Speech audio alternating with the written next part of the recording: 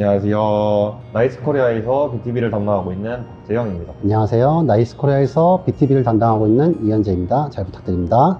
이 머신 같은 경우는 저희 나이스코리아에서 주력으로 밀고 있는 BTB 머신인데요. BTB 머신 같은 경우는 300부터 301, 302 버전이 있는데 지금 소개해드릴 버전은 302 버전으로 302 모델 같은 경우는 이제 원터치로 여러 가지 커피를 내릴 수가 있는데요. 메뉴에는 이제 음료 설정, 유지 관리, 기능 설정, 프로젝트 설정이 있는데 음료 설정 같은 경우는 커피의 맛을 다양하게 변화시켜 줄 수 있는 기능들이 들어있고 유지 관리 같은 경우는 커피를 유지함에 있어 청소부터 시작해서 디스킬 여러 가지 기능들이 탑재되어 있고 기능 설정 같은 경우는 이제 커피 머신을 좀 더 다채롭게 이용할 수 있는 그런 기능들이 들어있는 페이지고 프로젝트 설정 같은 경우는 커피의 맛을 서포트해주는 기능들이 들어있는 페이지입니다. 앞에서 이제 저희 BTB 302 모델의 기능들에 대해서 간략하게 한번 설명을 들으셨으면은 제가 이번에 보여드릴 거는 내가 세팅을 한 음료의 설정을 변경하실 수가 있습니다. 만약에 내가 신메뉴를 개발했다 하면은 그 메뉴를 추가를 하실 수도 있고요. 이름 같은 경우는 뭐 나이스 커피 이렇게 생겨놨다면은 커스텀 이미지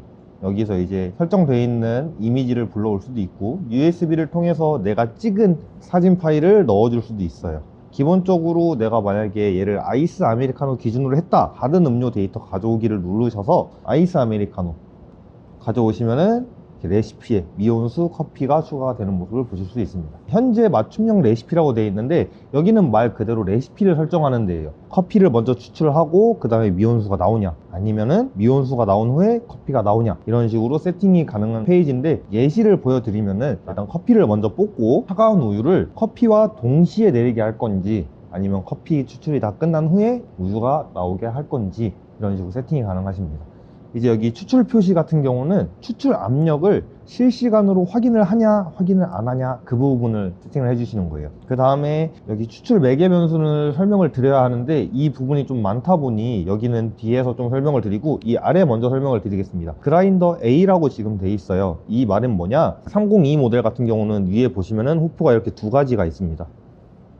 사용자분들의 취향에 맞춰서 놓으시면 되는데 여기는 뭐 스페셜티를 놓으시고 여기에 디카페인을 놓으신다든지 이런 식으로 해서 원두를 입맛에 맞춰서 이제 세팅을 해 놓으시면은 커피 추출을 하실 때 A 호프에 있는 원두를 원해 하면은 A로 세팅을 해주시고, 난 B를 원해 하면 B로 세팅을 해주시면 되고, 아니 난 두 개 다 하고 싶어, 블렌딩한 커피를 만들고 싶어 하면은 A, B를 동시에 하셔서 A 몇 그램, B 몇 그램 이런 식으로 세팅을 해주시면 돼요. 커피 파우더는 말씀드린 대로 도직량입니다.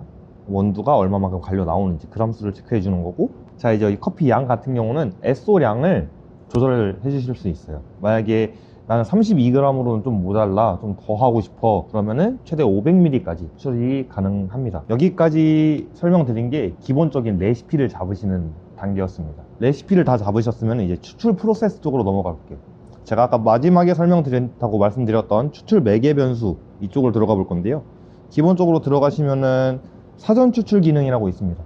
이 기능을 켜주시게 되면은 프리 인퓨전부터 해서 다양한 기능들을 세팅하실 수가 있어요. 사전 추출 시간 같은 경우는 뜸들이기 시간을 몇 초 동안 할 거냐, 2초 동안 할 거냐, 3초 동안 할 거냐, 5초 동안 할 거냐 해서 오차 범위를 맞춰 가시면 되고, 사전 린싱 물량 같은 경우는 인퓨전에 필요한 물량을 얼마만큼 넣어줄 거냐, 만약에 내가 원두 20g에 프리 인퓨전 물 20ml가 필요해 하면은 여기를 20으로 세팅을 해주시면 되는 거예요. 그래서 이거는 커피 퍽의 상태를 확인을 하시면서 물이 좀 많다 적다를 한번 판단을 해보셔서 조절하시는 게 좋을 것 같습니다. 한마디로 좀 간략하게 요약을 해드리면은 인퓨전에 필요한 물량을 세팅하는 곳이다 라고 생각을 하시면 될 것 같아요. 분말 충전 횟수 같은 경우는 이제 수동 그라인더 사용하신 분들은 다 아실 거예요. 미분 털어주려고 딸깍딸깍 하는 그런 기능이라고 보시면 돼요. 충전 압력 강도 같은 경우는 우리 흔히 사용하시는 탬핑의 압력을 뭐 10kg로 할 거냐 20kg로 할 거냐 세팅을 해주시는 거예요. 릴리스 장계수 같은 경우는 포터필터에 보면은 포터필터랑 샤워 스크린이랑 이제 그 공간을 어느 정도는 남겨놓잖아요.